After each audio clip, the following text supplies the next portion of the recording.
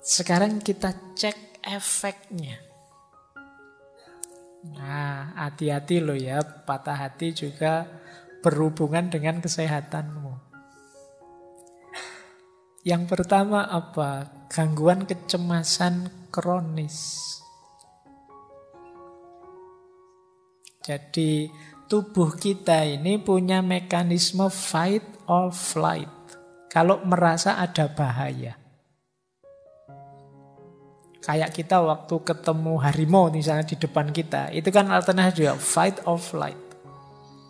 Nah, cirinya apa? Tubuh kita bereaksi fight or flight itu biasanya ya kita gemetar, jantung berdebar-debar, kepala pusing, mual, cemas, takut ini, takut itu. Ini kecemasan kronis. Tidak ada apa-apa kita gemeteran sendiri, takut sendiri, jantung berdebar, kepala pusing. Ini fight or flight.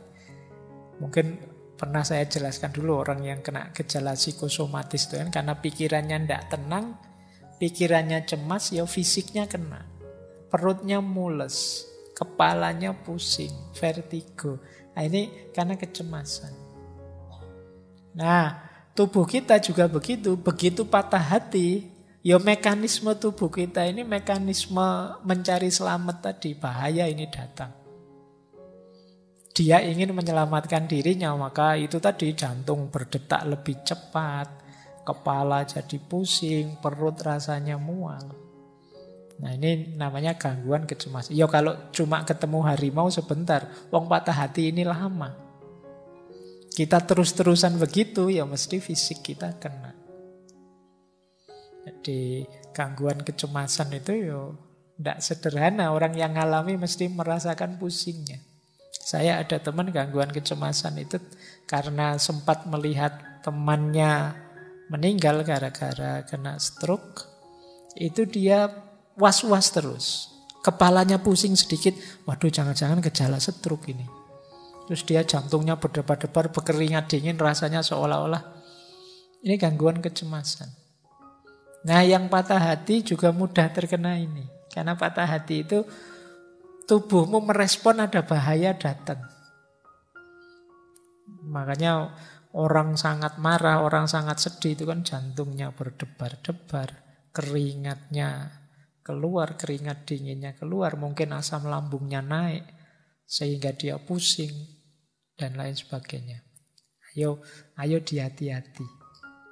Ya kalau kamu masih muda, masih sehat, tapi nanti di usia tertentu mengalami gejala ini harus agak hati-hati. Nah, itu yang pertama. Apalagi karena situasi itu nanti sistem imun kita bisa turun. Kalau tadi dopamin dan lain-lain yang keluar, waktu kita sedih, stres, itu ada hormon namanya kortisol yang keluar. Kortisol ini orang menyebutnya hormon stres. Dia menurunkan kekebalan tubuh, menaikkan gula darah. Kalsium dalam tulang juga turun, tekanan darah naik. Kamu jadi kurus, jadi males makan. Makanya jangan heran kalau orang patah hati itu males makan. Kok patah hati malah makannya enak sekali, lahap sekali. Kamu itu beneran patah hati apa gimana? Biasanya memang males makan karena stres. Dan ini tentu saja daya tahan tubuhmu turun. Jangan lupa ada juga namanya broken heart syndrome. Ini bisa menyebabkan kematian. Patah hati bisa mati, bisa. Di dunia kedokteran ada itu tadi istilahnya broken heart syndrome atau Takotsubo kardiomyopati. Ini jantungnya yang kena. Jadi ketika ada tekanan kuat karena stres, ya jantungnya yang kena. Nah, kalau sejak semula tidak terlalu fit, ya bisa saja membawa kematian. Makanya rasanya tadi kok simpel, sederhana, cuma diputus pacar, ya situasinya bisa beragam. Bahkan bisa berujung kematian. Ada banyak cerita-cerita itu kan orang yang patah hati sampai kemudian mati. Kayak Majnun kalau diceritanya itu diceritain bahwa Laila sudah meninggal duluan, tiba-tiba dia terus meninggal. Kan banyak cerita-cerita itu tiba-tiba meninggal para pecinta ini. Nah, itu mungkin karena ini tadi, broken heart syndrome. Jadi ini efek di tubuh kita. Makanya saya bilang tadi, yuk kita dampingi teman-teman kita, saudara-saudara kita yang mengalami ini. Jangan diketawain lah. Jangan diremehkan, disepelekan. Oke, nah sekarang kita belajar meresponnya. Biar mental kita tetap sehat. Respon ini saya bagi dua, karena penting ada respon pada serangan pertama, awal, dan lanjutannya. Kalau lanjutan ini mulai tertib, tapi bagian awal lebih penting. Respon awal yang pertama apa? Itu kalimatnya menarik. Kamu hanya harus jatuh. Maksudnya apa? Berpikir yang ringan saja. Kamu hanya harus jatuh itu. Waduh, pacarku meninggalkanku. Alah yo, ditinggal pacar toh, ya enggak apa-apalah. Ya nikmati sajalah sakitnya, jatuh sebentar, ya nanti bangkit lagi. Kamu hanya harus jatuh saja. Syukur-syukur bisa ngatur posisi jatuh yang enak. Jadi Allah wong jatuh saja kok. Atau sadarkan bahwa ya memang bidang ini kamu gagal, bidang yang lain banyak kok. Wong cuma itu aja. Itu kalau bahasa Gus Dur gitu aja kok repot. Nah, itu kamu hanya harus jatuh kan? Ya sudah, nikmati saja sebentar, nanti terus ayo jalan lagi. Nah, kamu sedih kan? Ya nikmati sedihmu terus ayo bangkit lagi. Jadi kamu kan hanya harus jatuh. Nah, ya ini kalau diucapkan enak, cuma dijalani ya pening. Tapi ya memang rumus sederhananya itu. Biasanya yang nambah runyam persoalan itu kita mendramatisir. Sebenarnya bisa kok kamu hadapi, kamunya saja yang suka mendramatisir. Pak, pasangan saya itu segalanya bagi saya, Pak. Kalau tidak ada dia, dunia rasanya gelap, langit rasanya runtuh. Pasangan saya itu, kamu mendramatisir. Jadi, iyo, tapi kan sekarang kamu ditinggal. Ini kan sederhananya kan itu. Faktanya kan itu. Jadi yo hadapi itu. Jadi fakta konkretnya kan ini. Makanya hadapi, jangan menghindar. Nanti tambah lama sembuhmu kalau kamu menyangkal terus. Wong kamu cuma harus jatuh kan, ya sudah jatuh saja terus bangkit lagi. Kemudian jangan lupa perhatikan dirimu. Jangan melakukan apapun yang merusak dirimu. Berarti apa? Akal sehatmu harus hidup.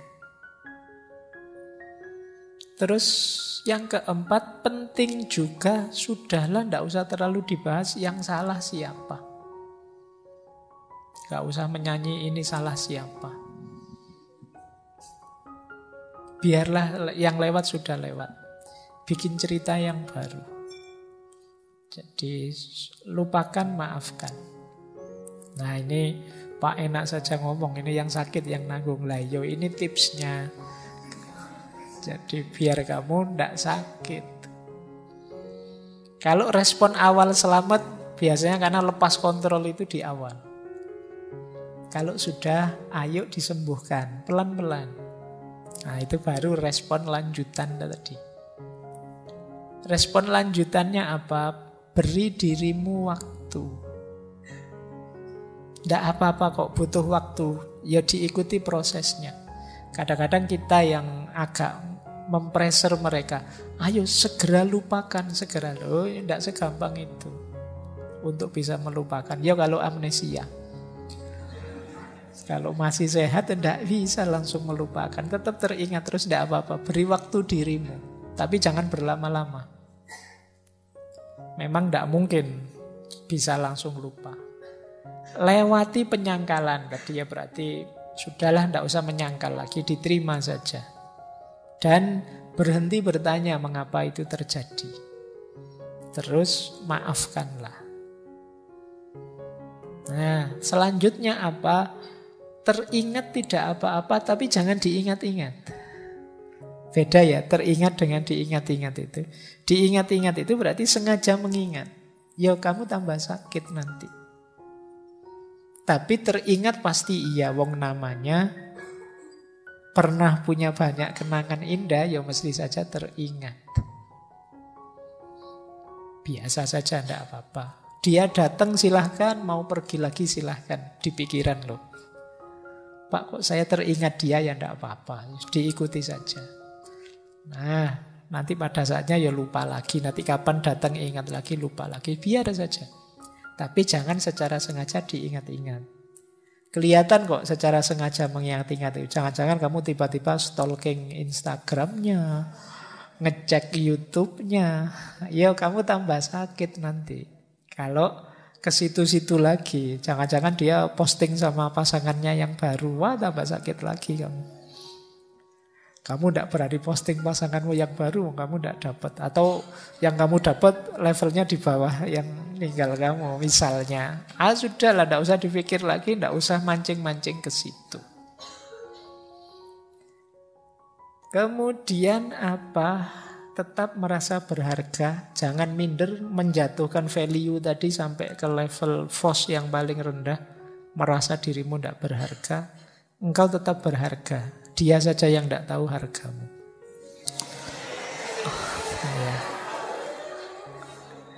Yo, maksudnya dia saja yang tidak tahu hargamu. Kalau dia tahu, ninggal kamu sejak lama. Oke.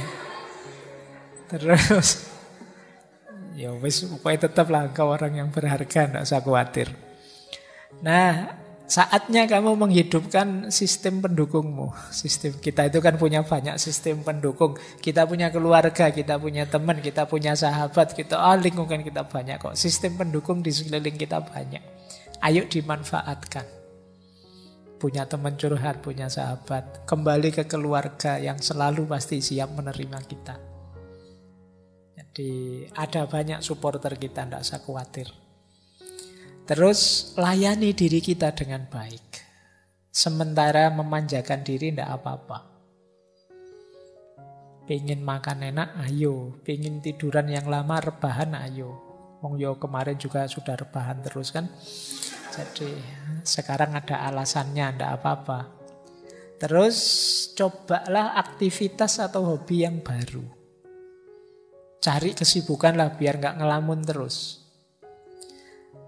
Terus bangun kenangan-kenangan baru. Bahkan ada yang bilang datangi tempat-tempat yang dulu kamu perlu kenangan dengan dia, bikin kenangan yang baru di situ. Jadi biar ketumpuk, yang teringat kenangan yang terakhir ini, yang lebih indah. Mungkin dengan keluarga, dengan sahabatmu, yang lebih menyenangkan. Bersosialisasilah, jangan mengurung diri. Akan lebih meringankanmu. Boleh pakai teknik-teknik coping kalau dalam psikologi, mungkin pernafasan, mungkin meditasi. Untuk menenangkan diri. Bisa mempertimbangkan saatnya membuka hati kembali. Jangan khawatir, yang lain masih banyak yang mau dengan dirimu. Setiap orang ada jodohnya. Nah, ini rumus sederhana untuk tetap membuatmu kuat. Tidak usah khawatir. Kan alasan yang paling enak untuk menenangkan diri kan, memang mungkin bukan jodohku. Nah, itu paling nyaman. Kita bersandar kembali ke Tuhan. Kalau Tuhan tidak menghendaki, ya mau apa? Sekuat apapun kita, tanpa kehendaknya tidak ada apa-apanya. Nah, itu lebih ringan. Nah, nanti yang semacam ini kita bahas di minggu keempat ketika kita berhadapan dengan perspektif sufisme. Cuma malam hari ini memang kita pahami dulu situasinya orang yang patah hati. Kemudian kalau memang agak gawat, misalnya stres, depresi, mau agak mengkhawatirkan, Jangan malu-malu, jangan ragu-ragu untuk mencari konseling atau berobat ke ahli jiwa. Karena tadi loh, efeknya ternyata bisa besar untuk kesehatanmu lahir dan batin. Maka tidak apa kamu mendatangi ahli jiwa. Baik, jadi ini respon-respon ideal.